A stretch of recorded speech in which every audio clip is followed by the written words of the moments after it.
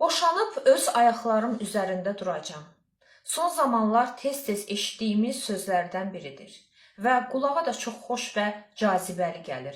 Boşanacam və öz ayaqlarım üzərində duracam. Sanki biz boşanan kimi dərhal iri şirkətlərdən birindən iş təklifi alacağıq, 5000 manat maaş, xidməti maşın, sürücü və bütün problemlər həll olacaq. Həyatımızda heç bir sıxıntı qalmayacaq, hər şey yağ-bal kimi olacaq.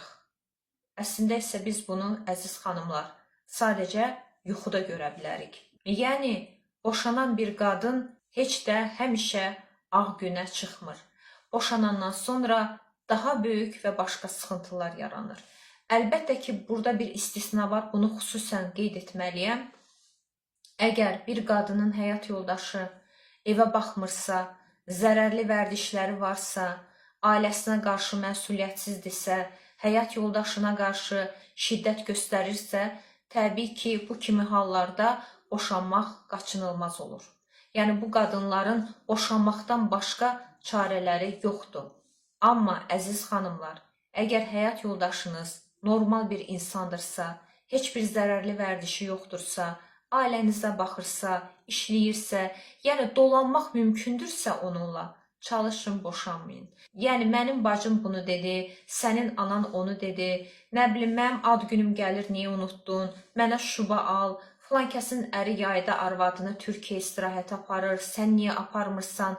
Baxın, bu kimi məsələlərə görə ailənizi dağıtmayın. Boşanan qadınların bir həyatına baxın, 2 övladı, yaxud bir övladı, necə sıxıntı yaşayırlar. O uşağın həm atası olurlar, həm anası.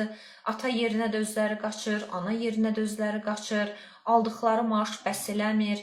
Bu aliment nə qədər məbləğdir ki, heç uşağın hazırlıq pulunu ödəmir. Ana məcburdur bir yerdə işləsin, bəs etmir, ikinci yerdə işləyir, hətta üçüncü yerdə işləyən analar da var. Yetər ki, uşaqlarına çatsınlar, övladlarını təmin etsinlər.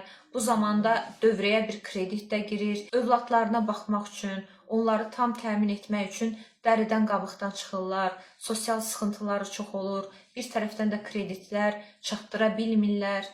Və sonda nə olur? Sadəcə övladlarının yeməyini, içməyini təmin edə bilirlər. Ki, onsuz da elə ərləri də bunu edirdi də.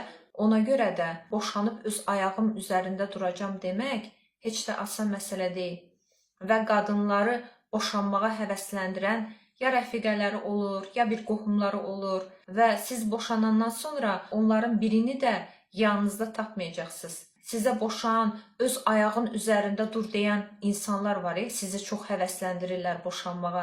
Boşanandan sonra sizi gətirib 5 manat, 10 manat da pul verməyəcəklər ki, ala bu pulu övladına bax.